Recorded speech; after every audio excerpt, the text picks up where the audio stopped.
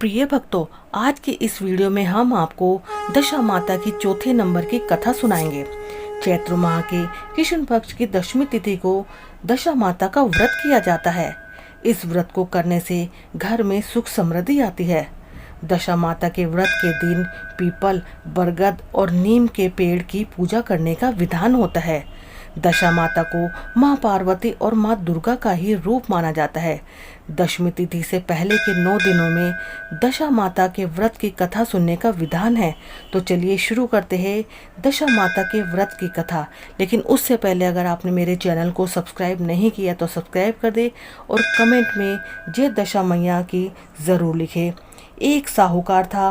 उसके परिवार में 5 पुत्र और उनकी बहुएं तथा एक पुत्री रहती थी। पुत्री का विवाह हो चुका था, परंतु उसका गोना नहीं हुआ था। इस कारण वह अपने माता पिता के घर पर ही रहती थी। एक दिन साहूकार की पत्नी दशा माता का डोरा ले रही थी। उसकी बहू ने भी डोरे लिए। बहू ने अपनी सास से पूछा, क्या ननद के लिए भी डोरा लेना है? सास ने कहा, हाँ। इस पर बहू ने कहा, उनकी तो विदाई होने वाली है, यदि व्रत से पहले ही विदा हो गई तब क्या होगा?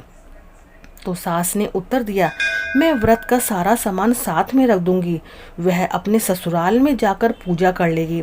ऐसा ही हुआ। उसके ससुराल से लेने उसका पति आ गया। माँ ने बेटी को विधि पूर्वक विदा कर दिया और उसकी पालकी में पूजा का सब सामान भी रखवा दिया। लड़की जब अपने ससुराल पहुंची तो उसे घर के आंगन में गलीचा बिछाकर बैठाया गया।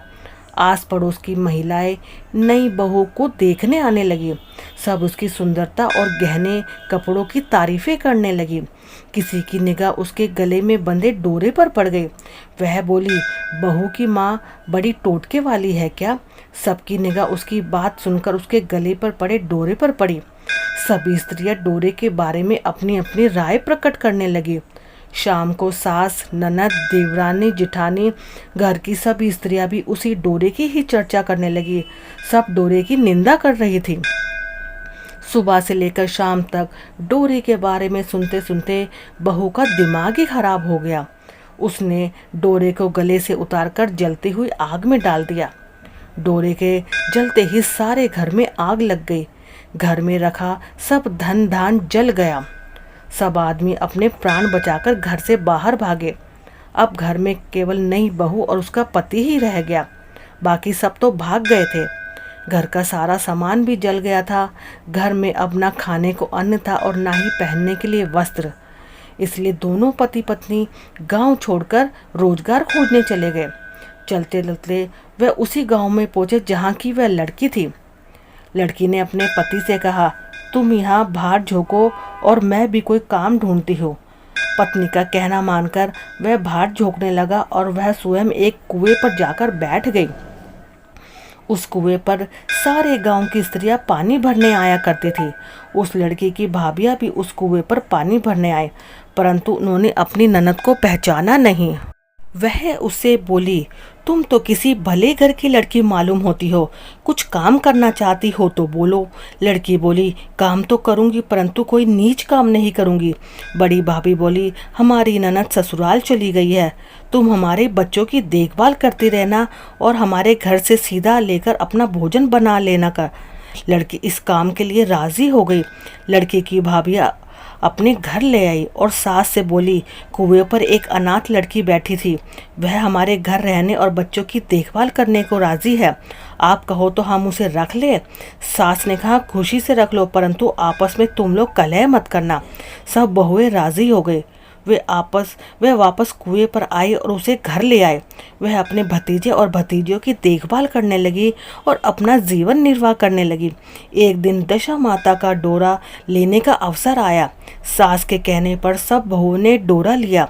बहुओं ने सास से पूछा कि क्या इस लड़की के लिए भी डोरा लेना है?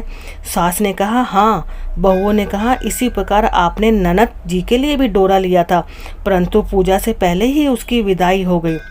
अब इस लड़की को डोरा दिलाना चाहती हो, यदि यह पूजा से पहले ही चली गई तो क्या होगा?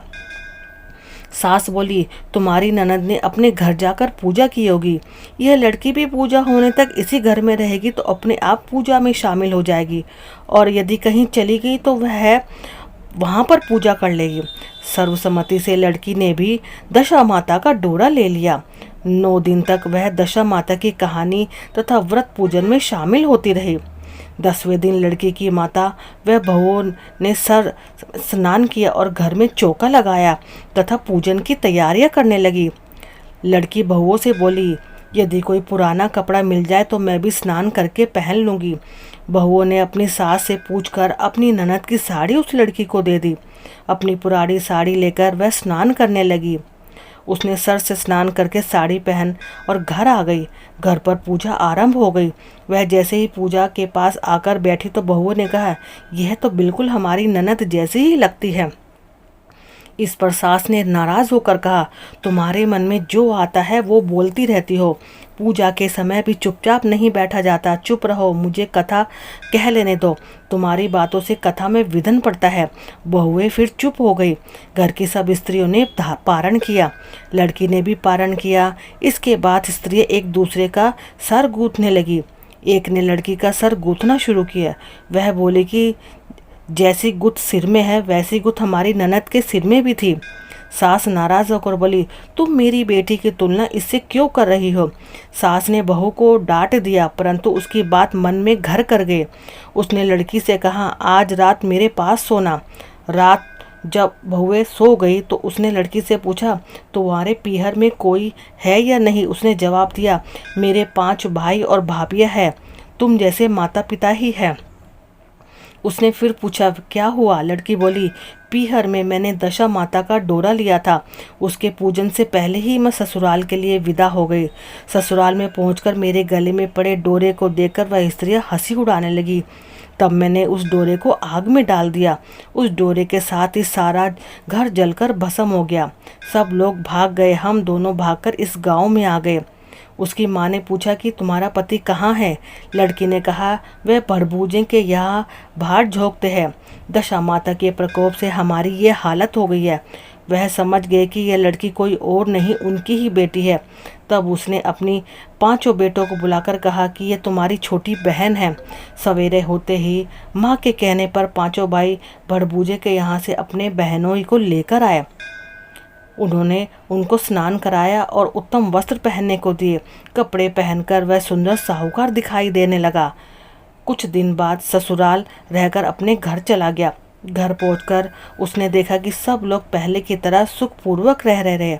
इसके बाद वह अपने ससुराल आया और अपनी पत्नी को भी विदा करके घर लेकर चला गया। वह अपनी दिशा पर विचार करते हुए जा रही थी। मार्ग में एक नदी पड़ी। उस नदी में स्नान करके अप्सराएं दशा माता का डोरा ले रही थी। उनके पास एक डोरा बच गया था। वे अप्सराएं बोली, यदि इस डोली में कोई उच्च वर्ग की स्त्री हो तो उसे ये डोरा दे दो। उन्होंने डोली के पास पता किया। वह डोरा उस लड़की को दे दिया। जब लड़की अपने ससुराल पहुंची तो सास थाल सजाए, ननद कलश लिए और देवरानी जिठानी अन्य मांगलिक वस्तुएं लिए उनका स्वागत करने के लिए खड़ी थी।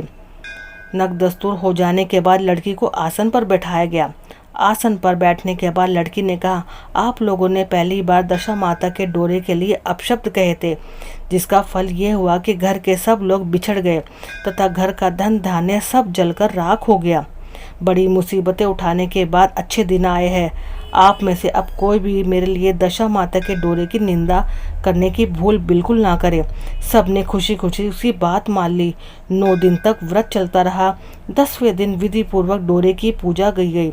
7 सुहागनों को न्योता दिया गया। उनका श्रृंगार करके आंचल भरा गया। इस प्रकार दशा माता का पूजन समाप्त हुआ।